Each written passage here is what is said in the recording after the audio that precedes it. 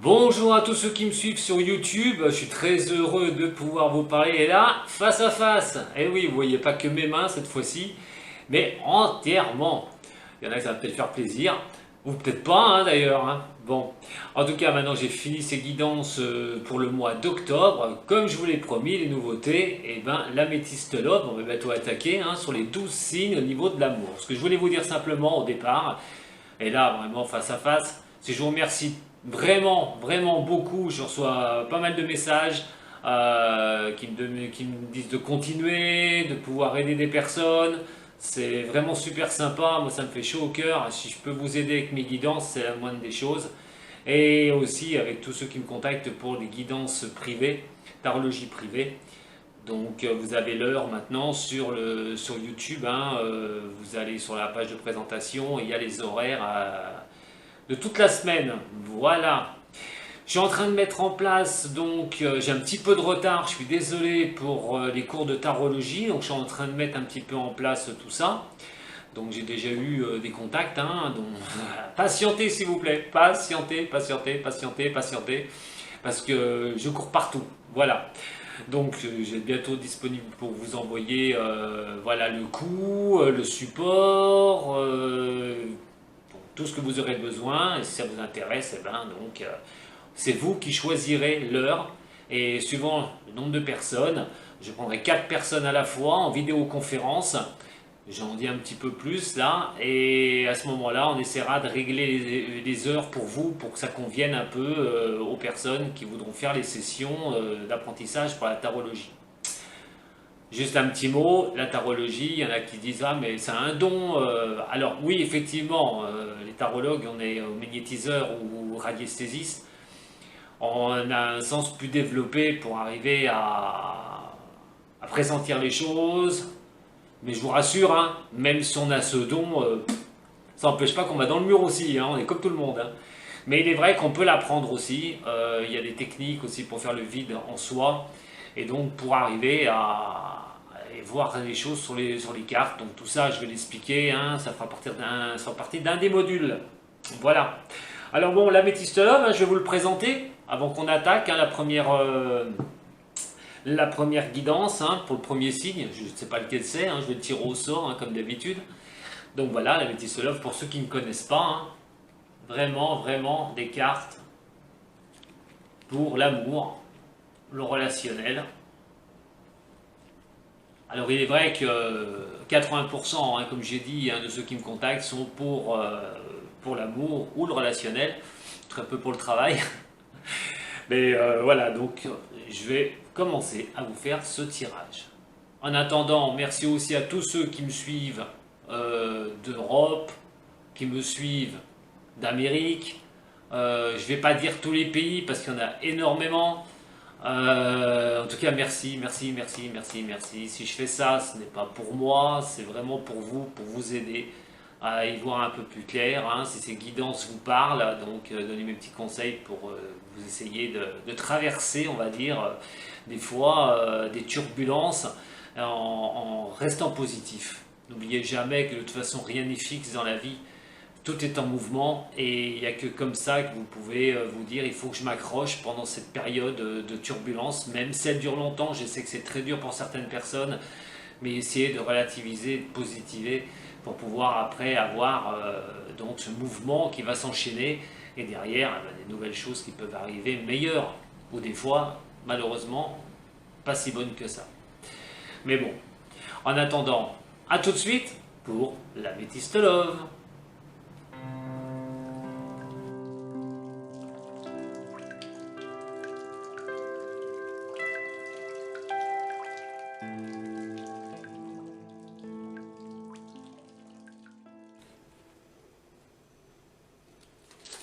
C'est pour vous les scorpions, l'améthyste love. Allez mes scorpions, on va aller voir ce qui se passe pour certains de vous, pas tous, si vous ne reconnaissez pas dans cette guidance, c'est qu'au niveau du sentimental, ce n'est pas pour vous, c'est des messages qui arrivent pour certains du signe du scorpion. Allez voir aussi votre ascendant et votre signe lunaire, celui-là est très important puisque c'est celui-là le sentimental et comment les gens vous perçoivent. Allez, pour les scorpions. Ascendant scorpion, lune en scorpion.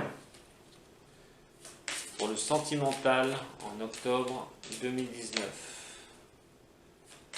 Scorpion, ascendant scorpion, lune en scorpion pour le sentimental octobre 2019.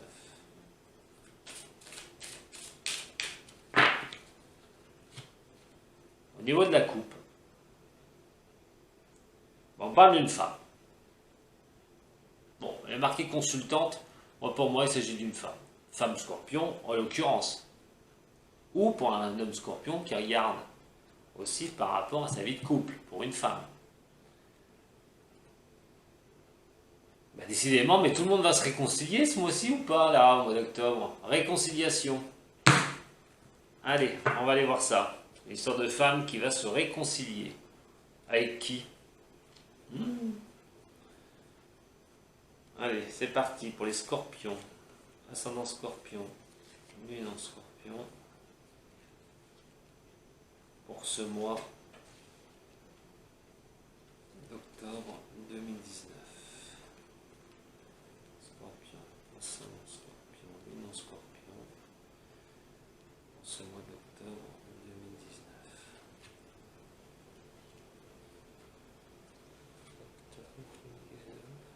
Scorpion, ascendant scorpion, lune en scorpion. Message pour les scorpions, pour le sentimental. Quel message pour les scorpions au niveau du sentimental pour octobre? On va être très vite fixé. Voilà. Hop là. Alors donc, la première carte pour vous les scorpions, ah ben on a l'addiction, ça commence bien. Attention, elles sont généralement malsaines. Elles peuvent être bonnes, mais... On a la protection divine en plus. Alors là, pour certains, il y aura le mariage, hein, je pense. Hein. Il y a quand même question de se paxer, de se marier, de signer des papiers. On a quand même quelque chose, les deux l'une à côté de l'autre comme ça, c'est quand même pas mal hein, pour certains du signe du scorpion. Hein. Ah bah non, une jeune femme superficielle. Alors, ça veut dire ce que ça veut dire, quelqu'un qui ne va pas jusqu'au bout des choses non plus, hein, pour une femme. Si vous êtes un homme, ben, peut-être vous êtes vraiment dépendant d'une femme et vous voudrez bien faire quelque chose avec elle, mais va pas au fond des choses. Elle vous dit peut-être pas, ben oui, je sais pas, ni oui ni non, hein. Et si c'est pour une femme, pour une autre femme, hein, pareil, hein, c'est pas un souci, mais il y a une femme qui ne dit pas les choses, qui ne va pas au bout des choses. Et ça crée des doutes. Et ça crée des doutes. Il y a un retour d'un ex-partenaire encore, ou un retour sur le passé. Il y a une histoire de retour sur le passé. Je regarde un petit peu en même temps, hein, parce que là j'en ai quand même, j'ai deux forces qui tombent, j'ai quand même les autres qui s'entourent. C'est une loi de... Je dirais la loi de l'attraction, non, mais je pense que c'est une personne quand même où on est très dépendante. Voilà, pour vous les scorpions. On est très dépendant d'une personne. Si c'est pour un homme scorpion, c'est pour une femme. Si c'est pour une femme, c'est pour une autre femme. Mais quoi qu'il en soit, il y a une histoire de doute par rapport au passé, par rapport à cette personne. Et pourtant, on me dit bien que vous êtes en présence, pour ceux à qui ça va résonner, ce que je vous dis là, vous êtes en présence de votre moitié, hein. Vous êtes en présence de la personne. Et l'âme sœur, vous êtes en présence de votre moitié. On a donc l'addiction. Mais alors l'addiction et les messages reçus, hein, donc les communications vont bon train. Hein, c'est vraiment de belles communications. Mais attention, j'espère que je ne vais pas tomber sur certaines choses. Donc on a la sagesse. Voilà, la sagesse, l'union, le couple.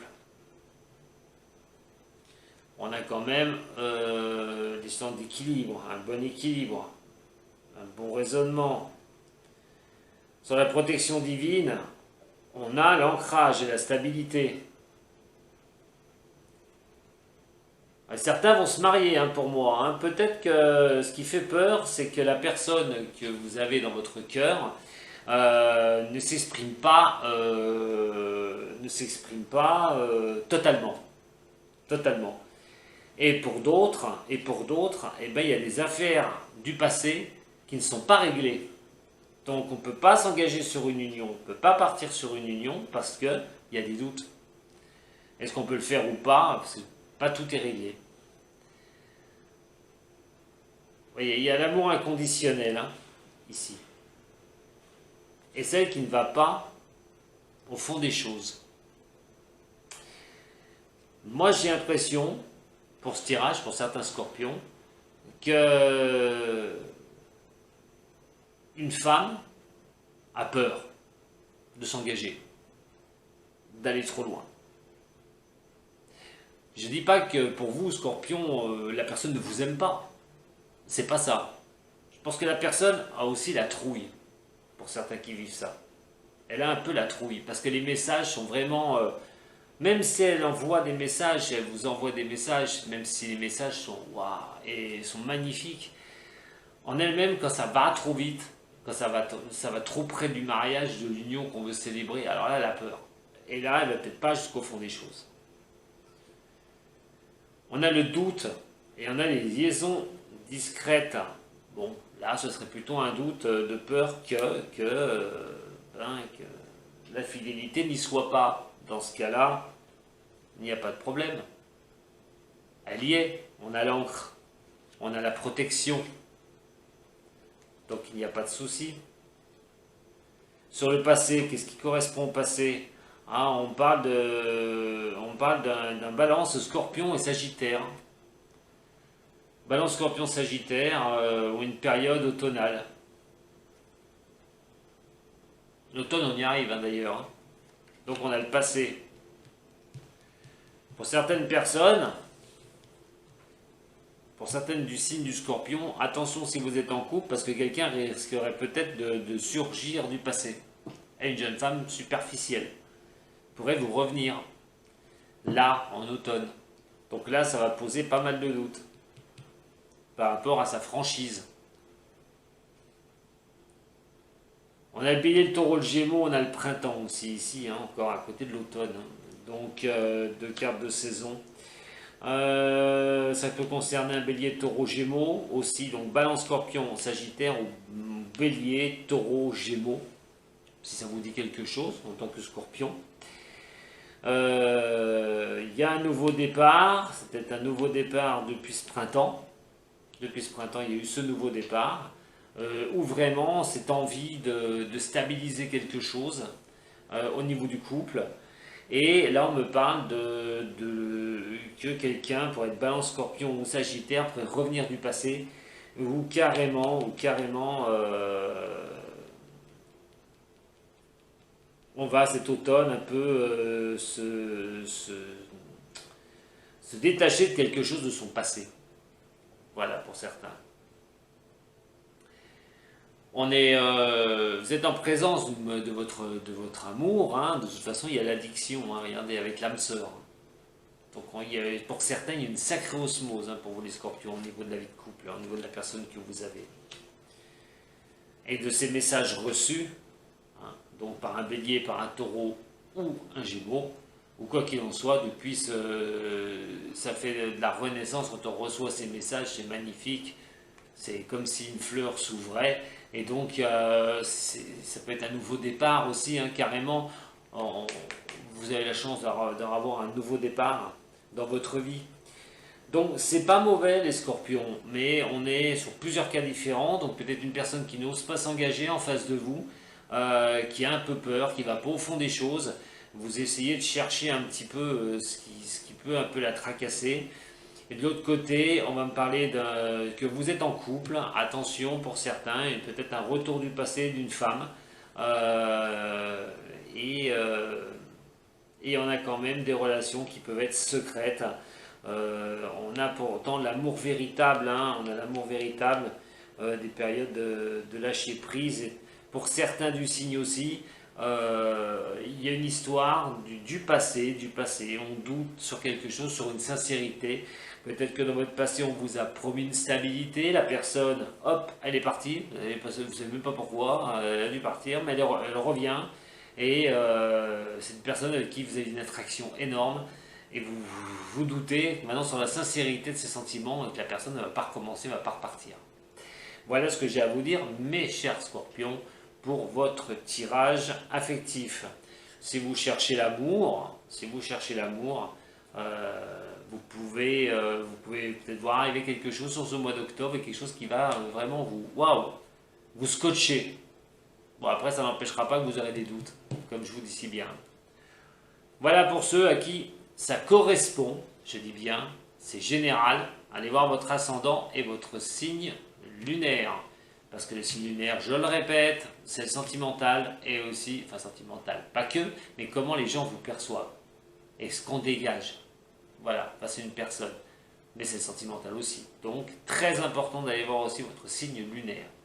Allez, je vous embrasse les scorpions. Salut et à très vite. Au revoir.